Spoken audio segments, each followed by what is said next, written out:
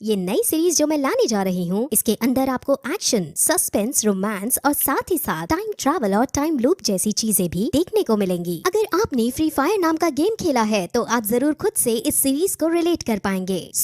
Episode की शुरुआत में हमें ग्रेविटी क्लब को दिखाते हैं, जिसके अंदर टॉप 400 प्लेयर्स कम्पीट कर रहे होते हैं। वो सभी ई स्पोर्ट्स प्लेयर हैं और वो आज टॉप 10 में अपनी जगह बनाने के लिए एक दूसरे से लड़ रहे होते हैं। ये गेम क्रॉस फायर नाम से है, जो बिल्कुल फ्री फायर के जैसा है। ये गेम अब कंटिन्यू होता है, जिसमें हमारा हीरो, जिसका नाम लूजी पाई है, वो एक एक करके बाकी प्लेयर्स को मारने लगता है। उसकी गेमिंग स्किल्स बहुत ज्यादा अच्छी थी और वो बहुत शानदार तरीके से गेम खेलने के बाद टॉप 10 में अपनी जगह बना लेता है। अब लूजी पाई अपने दोस्त से बात करता है, जहाँ से हमें पता चलता है कि असल में यहाँ दो टीम कम्पीट कर रही थी, जिनका नाम टीम ए और टीम बी है। अब टीम ए और टीम बी को मिलकर कंपनी ने टॉप 10 प्लेयर्स चूज कर लिए थे। अब इन टॉप 10 प्लेयर्स का मैच कल होएगा और अब इनमें से टॉप 5 प्लेयर्स चुने जाएंगे। ये टॉप 5 प्लेयर्स कंपनी को नेशनल लेवल पर रिप्रेजेंट करेंगे। असल में कल जो मैच होने वाला है उसमें कंपनी वाले चाहते हैं कि टीम ए जीते, क्योंकि टीम ए के अंदर किंग नाम का बच्चा है। किंग कंपनी के हेड का बच्चा है और कंपनी का हेड किंग को नेशनल कंपटीशन में खिलाना चाहता है। कंपनी अब टीम बी को चेतावनी दे देती है और कहती है कि तुम्हें कल के मैच में हारना होगा। लेकिन लूजी पाई कंपनी के इस भेदभाव करने वाले बिहेवियर से बहुत दुखी है। वो चाहता है कि स्किल्स के बेसिस पर टीम चुननी चाहिए। लूजी पाई एक हैंडीकैप बच्चा है, यानी उसके पैर पैरालाइज्ड हुए पड़े हैं। वहीं दूसरी तरफ हमें एक और आदमी दिखाते हैं जो छोटी छोटी गलियों वाली एक बस्ती में रहता है। उसका नाम जी फेंग है और वो बहुत गरीब है। वो सुबह सोकर उठता है और अपनी साइकिल उठाकर घर से बाहर जाने लगता है। बाहर जाकर वो एक सजी धजी गाड़ी देखता है, जिसमें एक दूल्हा दुल्हन बैठ कर जा रहे थे। गाड़ी उसे हॉर्न देती है और उसे साइड हटने को कहती है, लेकिन जी फेंग गाड़ी के सामने ही अपनी धीमी धीमी साइकिल चलाने लगता है। गाड़ी वाला हॉर्न देते देते थक जाता है, लेकिन जी फेंग नहीं मानता। इसलिए अब गाड़ी वाला अपनी स्पीड तेज करके उससे आगे निकल जाता है और उसको चिढ़ाता भी है। जी फेंग को ये बर्दाश्त नहीं होता और अब वो छोटी छोटी गलियों के रास्ते से शॉर्टकट लेते हुए तेजी से साइकिल को चलाकर गाड़ी के सामने फिर से आ जाता है और गाड़ी वाले को चिढ़ाने लगता है। अब गाड़ी वाले को बहुत गुस्सा आता है और तभी वहाँ और भी बहुत सारी गाड़ियाँ आ जाती हैं। बाकी गाड़ियाँ उस गाड़ी वाले के बॉडीगार्ड्स की थी और अब बॉडीगार्ड्स जी फेंग को चारों तरफ से घेर लेते हैं। लेकिन तभी गाड़ी के अंदर से दुल्हन बाहर निकल कर आती है और कहती है कि इसको मत मारो, मैं इसे जानती हूँ। जी फेंग दुल्हन को देखकर बहुत शॉक हो जाता है, क्योंकि वो दुल्हन असल में उसकी गर्लफ्रेंड है। अब वो दोनों बातें करते हैं और यहाँ से हमें पता चलता है कि जी फेंग की गर्लफ्रेंड उसे छोड़कर चली गई थी। वो सारे दिन कंप्यूटर कैफे में जाकर गेम खेलता रहता था, जिस वजह से उसने पढ़ाई भी छोड़ दी थी। उसके माँ बाप ने भी उसे घर से निकाल दिया था और इस हरकत से जी फेंग की गर्लफ्रेंड ने भी उसे छोड़ दिया था। ये सब हो जाने के बाद भी जी फेंग सुधरा नहीं था और वो अब भी कंप्यूटर कैफे में जाकर हमेशा गेम ही खेलता रहता था। उसे अपने ऊपर पूरा यकीन था कि वो एक दिन नेशनल कंपटीशन जरूर जीतेगा और एक प्रोफेशनल प्लेयर बनेगा। वहीं लूजी पाई का अगले दिन कंपटीशन अब शुरू होता है, जहाँ टीम ए और टीम बी कम्पीट करते हैं। टीम बी का लूजी और टीम ए का किंग बहुत ज्यादा अच्छा खेलते हैं, लेकिन लूजी किंग को बहुत आसानी से मार देता है और ये बात कंपनी को हजम नहीं होती। इसलिए वो गेम में एक ब्रेक के दौरान लूजी को अपने पास बुलाते हैं और उसको फिर से वही बात कहते हैं कि टीम ए जीतनी चाहिए। लेकिन अब इस बार भी लूजी मना करके ये कह देता है कि जिसके पास ज्यादा स्किल्स होंगे सिर्फ वही जीतेगा। अब मैच फिर से कंटिन्यू होता है, जिसमें फाइनली लूजी अपने बाकी टीममेट्स की मदद से मैच जीत जाता है और टीम बी विनर हो जाती है। लेकिन तभी गेमिंग एरिया के अंदर कंपनी के हेड और डायरेक्टर्स आते हैं, जो ये साबित कर देते हैं कि लूजी ने चीटिंग से मैच जीता है। उसने मैच के पहले ही टीम ए के प्लेयर के साथ मैच फिक्सिंग कर ली थी, जिस वजह से बेचारी टीम ए हार गई। अब ये सुन लूजी पाई को बहुत बुरा लगता है, क्योंकि ऐसा कुछ भी नहीं था। उसने ईमानदारी से मैच जीता था, लेकिन वहाँ अब उसकी सुनने वाला कोई नहीं था और उसे अब कंपनी से बाहर निकाल दिया जाता है और टीम ए को विनर घोषित कर दिया जाता है। अब लूजी बहुत ज्यादा निराश हो अपने डैड के साथ घर वापस लौटता है। उसके डैड एक पुलिसमैन थे और उन्हें शुरू से ही लूजी का गेम खेलना पसंद नहीं था। वो चाहते थे कि लूजी नॉर्मल बच्चों की तरह पढ़ाई करके एक अच्छी यूनिवर्सिटी में एडमिशन ले, ताकि उसे एक अच्छी जॉब मिल सके। लेकिन लूजी के सपने इससे कई ज्यादा बड़े थे। वो ई स्पोर्ट्स की दुनिया में ना नाम करना चाहता था और प्रोफेशनल प्लेयर बनना चाहता था। लेकिन अब आज लूजी को चीटर घोषित कर दिया गया था, जिस वजह से कोई भी कंपनी अब लूजी को अपने अंदर नहीं लेगी। इसलिए अब उसे अपने डैड की बात माननी ही पड़ती है और कल से स्कूल जाने के लिए रेडी होना ही पड़ता है। उसके डैड अब उसका कंप्यूटर भी उठाकर कहीं फेंक देते हैं, ताकि लूजी पढ़ने में ध्यान लगा सके, जिससे लूजी को बहुत दुख होता है। वो अपने पुराने दिनों को याद करने लगता है कि कैसे बचपन में वो अपने बड़े भाई के साथ खेला करता था। उसके बड़े भाई उसे गेम खिलाया करते थे और उन्हीं की वजह से लूजी इतना अच्छा बन पाया गेम खेलने में। लेकिन अब उसके भाई उसके पास नहीं है और क्यों नहीं है वो हमें आगे पता चलेगा। वो फिर दुखी होकर अपने पुराने लैपटॉप को, जो असल में उसके भाई का था, उसको अलमारी से निकालता है और उसमें गेम खेलना शुरू करता है। और जैसे ही वो गेम शुरू करता है, उसके आसपास भी लाइट फ्लिकर होने लगती है। वहीं दूसरी तरफ जी फेंग भी अपनी गर्लफ्रेंड से बेइज्जती कराने के बाद अपने दोस्तों से आकर मिलता है। उसके दोस्त भी उसकी तरह ही गेमिंग एक्सपर्ट थे और उन सभी के पेरेंट्स भी उनसे दुखी रहते थे क्योंकि वो सभी लोग काम धंधा छोड़कर सारा दिन कंप्यूटर कैफे में गेम खेलते रहते थे। अब आज भी वो गेम खेलने का डिसाइड करते हैं। उन्हें आज रात जी फैंग की गर्लफ्रेंड की शादी की पार्टी करनी थी, इसलिए वो कंप्यूटर कैफे में जाकर एक गेम खेल रही टीम को चैलेंज करते हैं और कहते हैं कि अगर तुमने हमें हरा दिया तो हम तुम्हें पैसे देंगे, लेकिन अगर तुम हार गए तो तुम हमें पैसे दोगे। अब उनमें कंपटीशन होने लगता है और जी फैंग की टीम दूसरी टीम को बहुत बुरे तरह से हराने लगती है और फाइनली जी फैंग जीत जाता है और उसे पैसे मिल जाते हैं। वो अब शाम को पार्टी करने जाते हैं जहाँ वो खूब सारी बियर पीते हैं। वो टीम के अंदर 5 लोग थे, लेकिन उनमें से 3 लोग ये कहते हैं कि वो अब और ज्यादा ऐसी लाइफ नहीं जी सकते, उन्हें अब आगे बढ़ना होगा और अपना करियर बनाना होगा। जी फैंग ये सुनकर बहुत दुखी होता है क्योंकि वो सब असल में ये कह रहे थे कि अब उन्हें गेम खेलना बंद कर देना चाहिए। अब जी फैंग का दोस्त जिसका नाम दावी है, वो जी फैंग का बहुत अच्छा दोस्त है और जी फैंग के सपने को पूरा करना उसका सपना था। वो बाकी टीममेट से लड़ने लगता है कि वो ऐसा सोच भी कैसे सकते हैं। अब उन 5 में बहस बहुत बढ़ जाती है और उन सभी में हाथापाई होने लगती है। इस वजह से वहाँ पुलिस आ जाती है और उन सभी को जेल में ले जाती है। वहाँ सभी को समझाया जाता है कि तुम सब एक बड़े परिवार के बच्चे हो, तुम्हें ये गंदी हरकतें नहीं करनी चाहिए। अब सब जेल से छूटकर रात को अपने घर आते हैं। दावी और जी फैंग एक साथ रहते थे और उनका गुजारा अभी तक दावी को मिलने वाली पॉकेट मनी से हो रहा था, लेकिन दावी के माँ बाप ने भी अब उसे पैसा देना बंद कर दिया था, जिस वजह से अब दोनों टेंशन में होते हैं और अपने अपने बिस्तर पर सोने जाते हैं। जी फैंग को नींद नहीं आती क्योंकि उसके सपने सच में बहुत ज्यादा बड़े थे और उसे अपनी लाइफ के बारे में सच में कुछ नहीं पता था कि आगे उसका क्या होने वाला है। वो टेंशन में ही खड़े होकर अपनी टेबल पर जाकर बैठता है और कंप्यूटर चालू करके उसके अंदर गेम स्टार्ट करता है।